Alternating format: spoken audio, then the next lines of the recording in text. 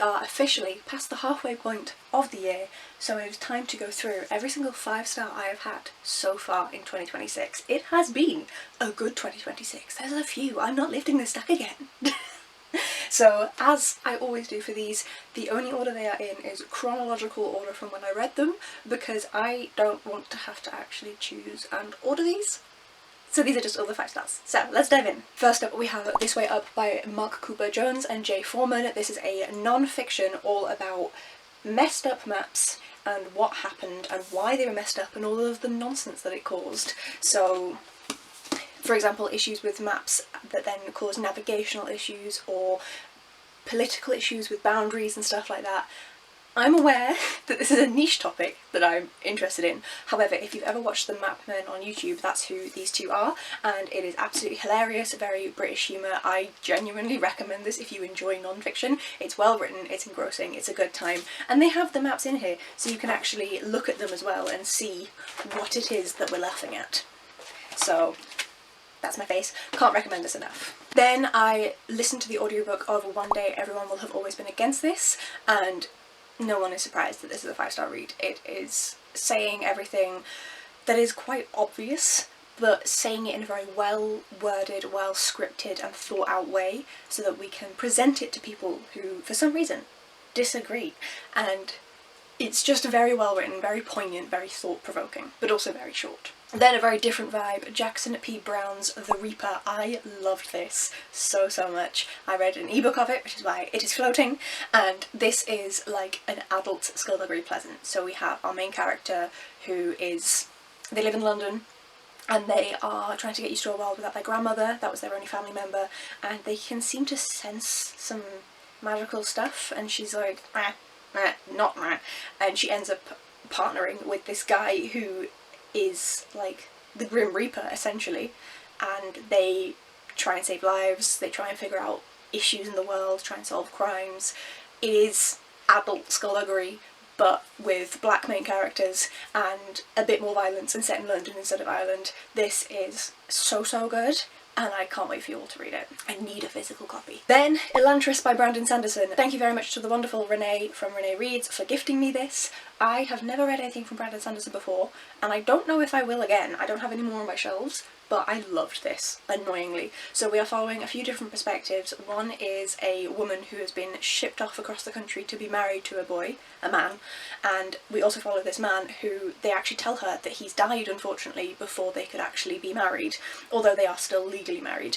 But he hasn't died, he has suffered this intense magical changing and has been shoved into this walled city where people can no longer see him, and they act as though he's dead and he just has to rot in there, and he decides he's not going to rot, he's going to try and sort it. And she is dealing with the political machinations out in the real world, and it's just, I was so engrossed. I was obsessed with this. It was good. Speaking of obsessed and engrossed, Children of Strife by Adrian Tchaikovsky. No one is surprised that I loved some more Tchaikovsky this year. This is the 4th and most recent book in the Children of Time series, where we are following ships that Earth has sent off into space with different people and mechanisms on to terraform other planets and potentially introduce life into them. And obviously some of that goes right, some of that goes wrong, and there's the political machinations, there is the idea of, is this the right thing to do? There is potential alien life forms, there's the life forms that we've created and the interactions between everything. This series is so damn good.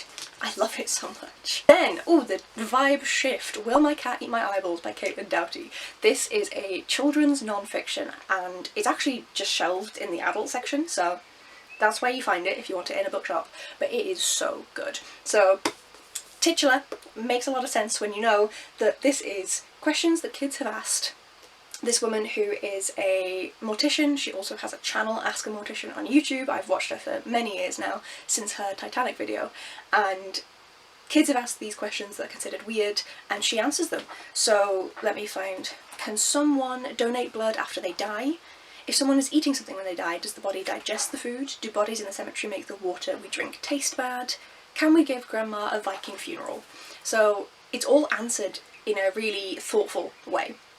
and it is all children appropriate, but it is still fascinating, and these kids are asking questions that a lot of us either wouldn't think to answer because we're adults now and we're boring, or that we wouldn't want to ask because we think it's inappropriate. And so this was just really easy to read. Of course it's aimed at kids, but it's still fascinating from an adult perspective, and was just such a great time. I loved every second of it, and I need to read more from Doughty. Oh, The Moon Blessed King by Lindsey Byrd. This is the second and final book in the duology, the first book being The Sun Blessed Prince, or Blessed, I never know. And this duology is about death magic mixed with life magic. So some people can kill with a touch, some people can bring back to life with a touch, and these are from different nations, the political machinations between those two, the war that is going on, and then also the fight that is going on between these two types of magic wielders essentially. And there is a very slow burn romance, there is fantastic sibling relationships that develop throughout, brilliant friendships, there's so many dynamics in here, and I absolutely loved this book so much. Oh, it's so good, it's so good. Oh, then a big one, Project Hail Mary by Andy Weir. I finally read this year. I can't believe I didn't read it before. I am so glad that I did. I read it, I loved it, I watched the movie, I loved it, the audiobook, I loved it. This book is fantastic. I know that not everyone loves it, but it is pretty universally loved, so if you enjoy sci-fi, if you somehow missed this, we are following Ryland Grace, who wakes up on a spaceship floating out in the middle of God knows where. He's the only remaining survivor on the ship, and he's been sent out to do something to try and save Earth, and he doesn't know what because he's woken up without his memories. And we rediscover what he's doing and flash back and forwards between his time on Earth and his time in the spaceship as he figures out what's going on and what he needs to do. And the film, if you've seen the stuff of the film, is a massive spoiler for the book, which is kind of annoying, but if you've seen the stuff of the film, you know that that happens, and perfection. Then this one is a bit different. I like this poem, edited by Kaye Webb. This is a reread. I've had this since I was 7 years old roughly, and it's just a collection of poems chosen by children aged from 5 to 15, organised by the age group that chose the poems. I reread it for a challenge, and I love rereading this. I have tabbed the pages down, I've got dog ears, annotations, everything. I have loved this poetry collection for many years. Hehehe. System Collapse by Martha Wells. I love Murderbot. My overview that I always give when I'm talking about it is that it is a security unit, which is a half-human, half-robot thing, and they have overridden their governance module that allows the company that owns them to control their actions. So they then have freedom, but instead of using it to do anything mad, or murder people, as you might think, they just want to watch soap operas and then end up helping out the stupid humans that they've actually been sent there to protect. This is book 6-ish, I believe. It does not say on the spine. Somewhere around 6, so I don't want to spoil it, but I love this series so much. I love every single book, and this was no exception. I Who Have Never Known Men by Jacqueline Harpman. This was translated and written in the 90s by Ross Schwartz, and I understand why it's blown up, but I don't know why it took so long. So we are following a young girl who is locked in a cage with 39 other women. It's supposed to only be women in there, but for some reason they have locked her in, and she is a child, and she knows nothing about the world. She was too young before they were locked away, and the women don't want to discuss what the outside world was like because it's traumatic for them, remembering the freedom they used to have. And so she's trying to learn about the world, but she can't because no one will tell her anything. So there's that whole issue there. And then they manage to escape, and so she's actually outside, but still not in the normal society, and trying to figure out things. And this is just incredibly well written, really hard hitting, a nice short read too. This is so good. Obviously they're good, they're all my 5-star reads. Then we have The Little White Town of Neverweary by Jessie M. King. This was written by an author when they stayed in my mum's hometown of Kirkcudbright in southwest Scotland, so there is a little bit of bias here, I will admit. However, I think it's a hugely underrated children's classic. This is a story of the different equipment that you would need, knifekin, scissorkin, pencilkin, to create these cardboard cutouts to make the world that these characters live in, and you're supposed to do it alongside it. And at the end of this edition they have pictures of the cardboard cutouts that some people have made. It's just a really sweet and enjoyable story, and I wish that I'd had this when I was 8 or 9 to spend on the Christmas holidays with my mum just building Kirkcudbright. It would have been so fun, and potentially we will have to do it as adults. Then next up is a non-fiction, and that is How to Resist Guilt by Mona Chollet, translated by Emily Boyce. This is what's holding women back, and it's all about the fact that a lot of women have an inner critique that is so strong because of societal pressure and what our mothers even have taught us from what they have been taught from the societal implications. Of course, this author is French, so that does change things up slightly, as she has a knowledge of French culture versus English, so that was interesting to see the differences there. But regardless, I feel like it works for any country's audience, honestly. The synopsis says it's a powerful manifesto about finding the courage to say no and replacing ideas of duty with those of desire.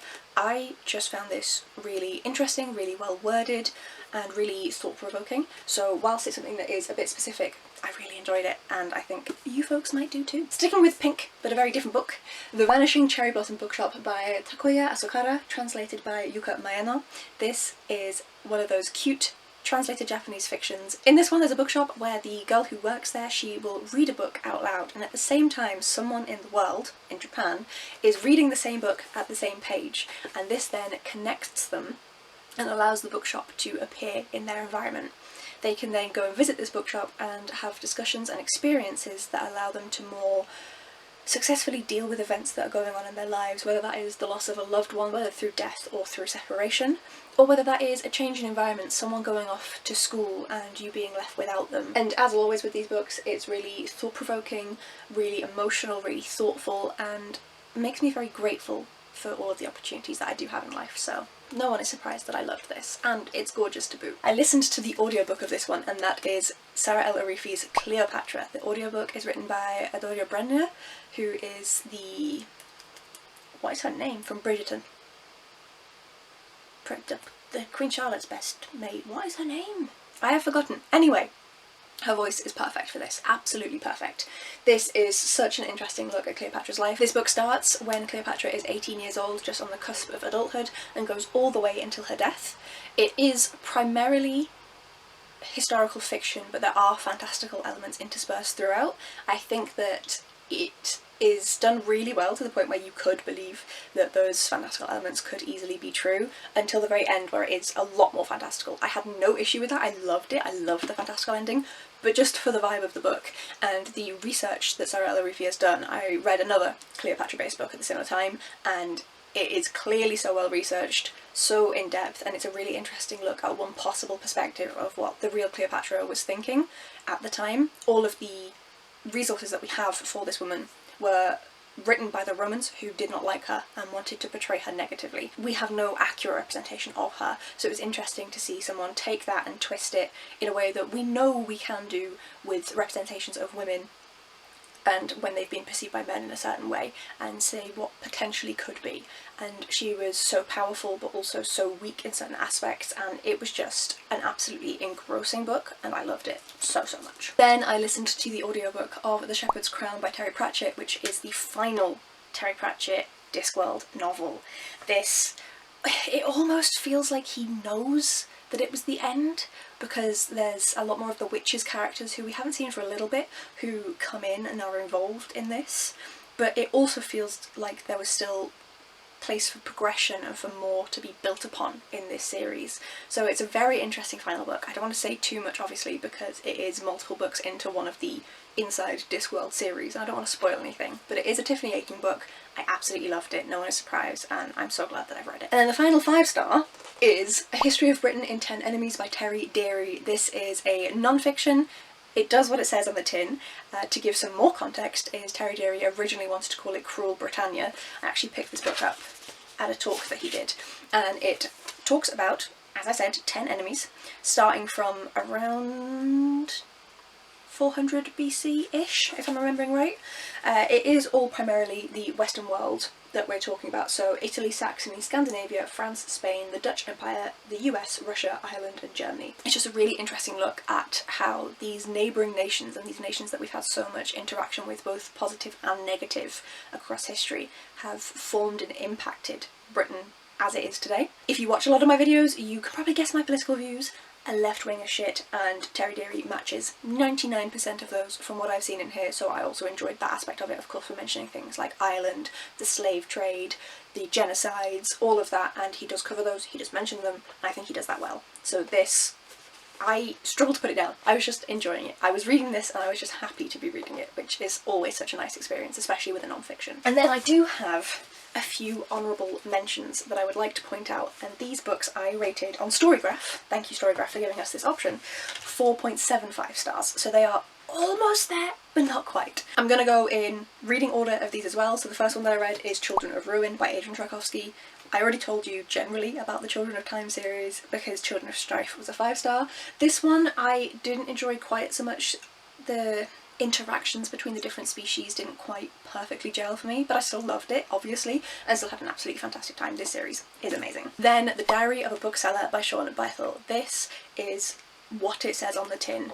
Literally, it's just him talking about the sales that he's made, the weirdos that he's speaking to in this second-hand bookshop, as well as just the regular customers and the events of trying to stock the bookshop and living in a rural Scottish town.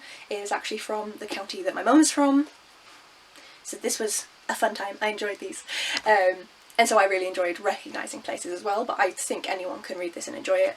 I am looking forward definitely to picking up the second book, and I'm going to ask my aunt, who still lives in the area, if she'll pop along and for my birthday get me the signed edition. Then Tales from the Territory by Travis Baldry. This is a collection of short stories in the Legends and Lattes universe. I really enjoyed this. It just didn't quite have that 5-star spark, and I think it might be because it was a collection of short stories.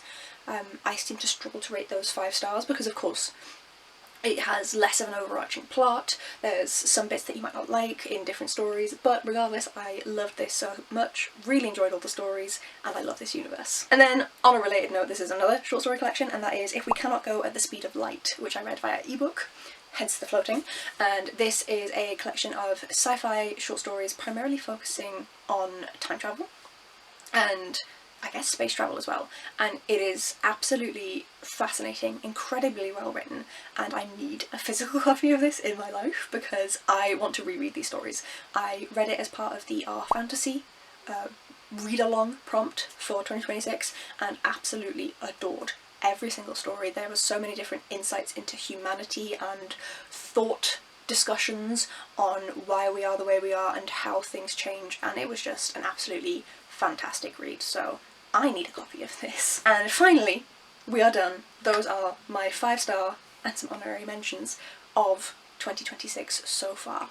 I'm hoping that I'm not holding these up again, these stacks are huge, but I'm hoping I will have just as successful second half of 2026 as I have in the first. Please let me know if I've influenced you to read any of these down in the comments below, because obviously I recommend them all incredibly highly. And I will see you folks in the next video. Bye!